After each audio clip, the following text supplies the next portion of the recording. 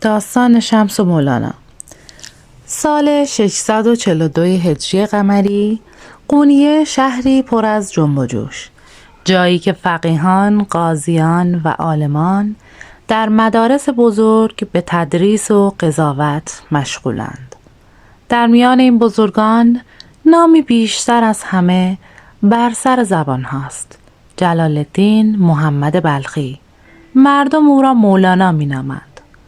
استاد بزرگ علوم دینی، فقیهی که هزاران شاگرد در محضرش زانو میزنند و از او علم و معرفت میآموزند. مجلس درسش پر از شور است و فتواهایش در شهر دست به دست می شود. اما در اعماق قلبش یک خلأ عمیق احساس می شود. هرچند کتب فقه حدیث و تفسیر را خوانده، اما انگار چیزی در زندگیش گم شده است. او خود نمی‌داند که سرنوشت مردی را برای او در نظر گرفته است، مردی که زندگیش را برای همیشه تغییر خواهد داد. در همان روزها مردی غریب و مرموز وارد قونیه شد. نامش شمس الدین محمد تبریزی بود. مردی که اهل ظاهر نبود، نه مقام میخواست و نه ثروت، نه احترام مردم برایش اهمیتی داشت، نه تملق شاگردان. او فقط یک چیز را جستجو میکرد: حقیقت. میگویند او با خضر نبی دیدار کرده بود و از آن حضرت پرسیده بود که در این دنیا چه کسی را لایق حقیقت میدانی؟ و پاسخ شنیده بود: جلال الدین محمد بلخی در قونیه. شمس این پاسخ را همچون نشانه آسمانی پذیرفت و راهی قونیه شد، بیان که بداند این سفر نه تنها زندگی مولانا، بلکه سرنوشت عشق و عرفان را در جهان برای همیشه دگرگون خواهد کرد. شمس در کوچه های قونیه پرسه می‌زد. چشمان تیزبینش غریبه و جستجوگر به دنبال کسی بود که بتواند حقیقت را درک کند. او می‌دانست که باید مولانا را پیدا کند.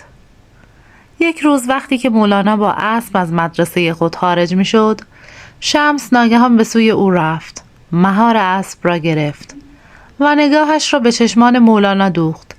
لحظه‌ای که شاید تنها چند ثانیه طول کشید، اما تاریخ را برای همیشه تغییر داد.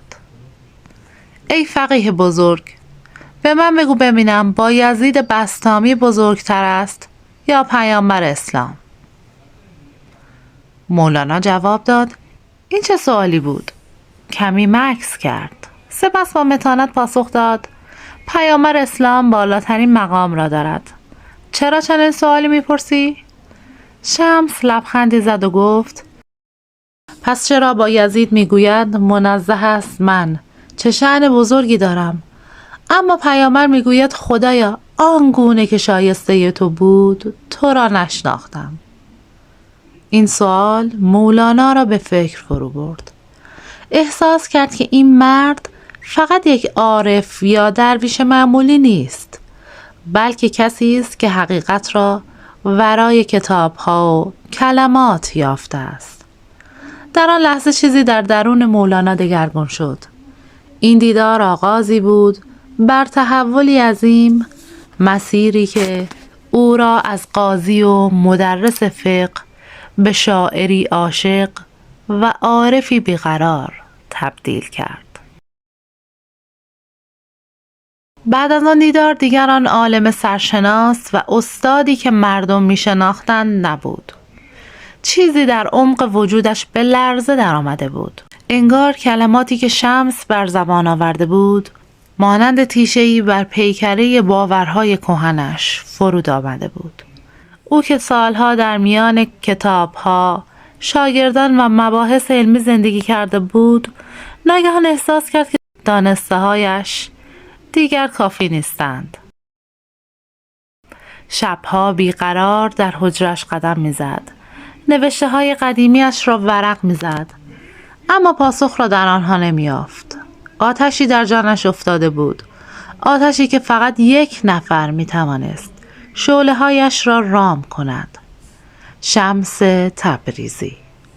دیگر جلسات درس و فتوا برایش معنی گذشته را نداشتند. هر روز بیشتر وقتش را با شمس می‌گذراند. آنها ساعتها در حجره خلوت غرق در گفتگو بودند، بیان که از گذر زمان آگاه باشند. شاگردان و اطرافیان که تا پیش از این مولانا را به عنوان یک استاد بزرگ می شناختند، با تعجب و نگرانی به این تغییر نگاه می کردند. شمس همچون آتشی بود که مولانا را از درون می سوزاند. اما این سوختن برایش عذابی نبود، بلکه رهایی بود.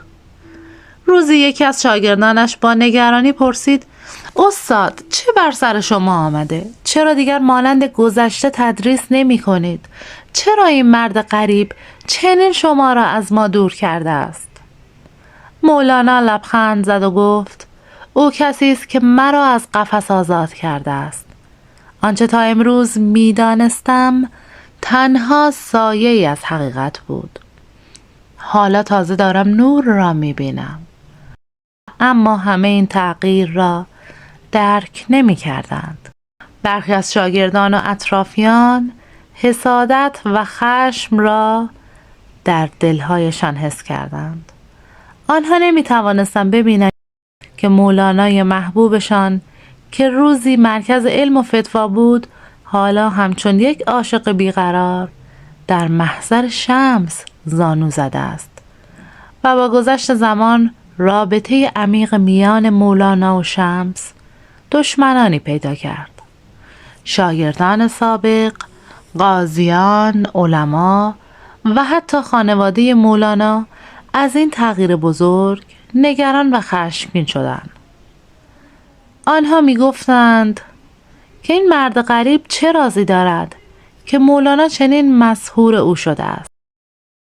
مولانا که روزی فقیه بزرگ بود، حالا شب و روز فقط در کنار این درویش تبریزی است و سخن از عشق میگوید.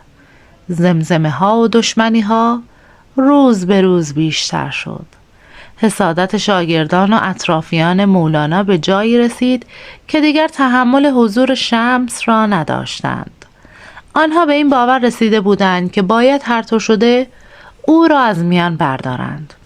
یک شب سرد و تاریک شمس به ناگاه از قونیه ناپدید شد. هیچ کس نمی‌دانست که به کجا رفته است. برخی می‌گفتند که به اجبار از شهر رانده شده. برخی دیگر پچ‌پچ می‌کردند که کشته شده است، اما حقیقت در حاله ابهام بود. وقتی مولانا خبر ناپدید شدن شمس را شنید، دیوانه شد، مثل کسی که عزیزترین را از او گرفته باشند. روز و شب آرام نداشت. خیابان‌های قونیه را جستجو می‌کرد. از هر رهگذری سراغ شمس را می‌گرفت، اما هیچ کس جوابی نداشت. دیگر آن مولانا استاد بزرگ و مرد آرام گذشته نبود. در خود فرو ریخت، سکوت کرد و در حجرش می نشست و به خاطرات شمس فکر می کرد. اما این سکوت آغاز طوفانی در روح او بود و در آن تنهایی سوختن شعرهایش متولد شد. تنها پناهش شعر بود. روزها و شبها در گوشه ای می نشست و می نوشت شعرهایی که از عمق جانش بیرون می آمدند. شعرهایی که بعدها جهان را متحول کردند. بشنو از نی چون شکایت می کند، از جدایی ها حکایت می کند. شاگردان و اطرافیان با حیرت به او نگاه می کردند. مولانایی که زمانی فقط از احکام و شرع سخن می گفت، حالا از عشق، از مستی، از سوختن، از رقص سخن می گفت. و در این میان مولانا هنوز امید داشت که روزی شاید شمس باز گردد. پس از ماه‌ها بیخبری ناگهان خبری در قونیه پیچید. شمس بازگشته است. مولانا با شتاب خود را به دیدار او رساند. هنگامی که چشمانش به هم افتاد گویی زمان متوقف شد. اما این بار چیزی تغییر کرده بود. مولانا دیگر آن شاگرد حیران و سرگشته نبود.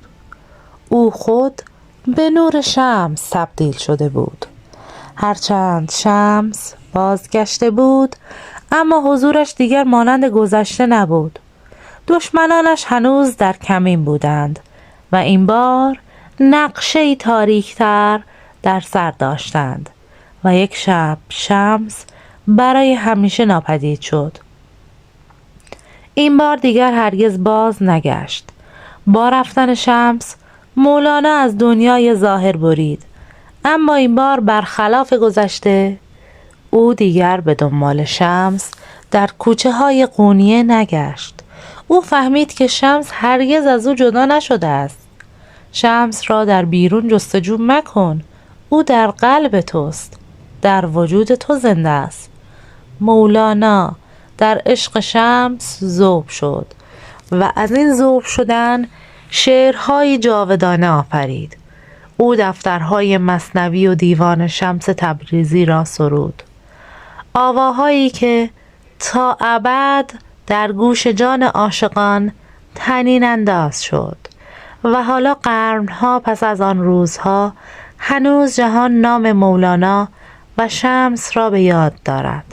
زیرا این فقط یک داستان نبود، این حقیقتی بود که عشق را برای همیشه معنا کرد.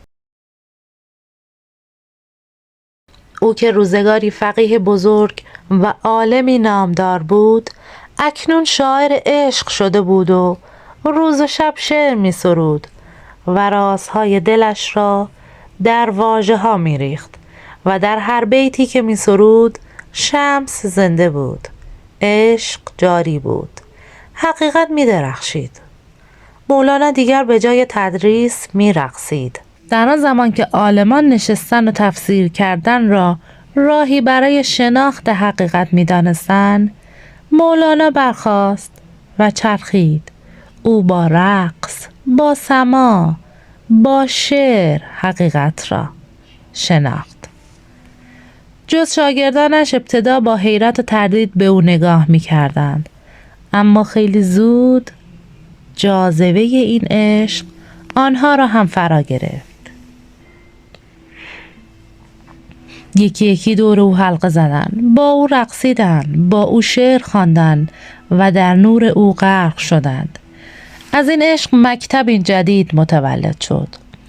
آنچه مولانا در آن سالها تجربه کرد دیگر فقط یک داستان شخصی نبود. او راهی را گشود که هزاران نفر پس از او در آن قدم گذاشتند.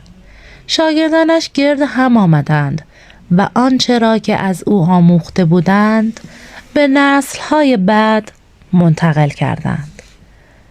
سماع که زمانی فقط رقصی عاشقانه میان مولانا و حقیقت بود، به آیینی مقدس بدل شد. تصوف مولوی متولد شد.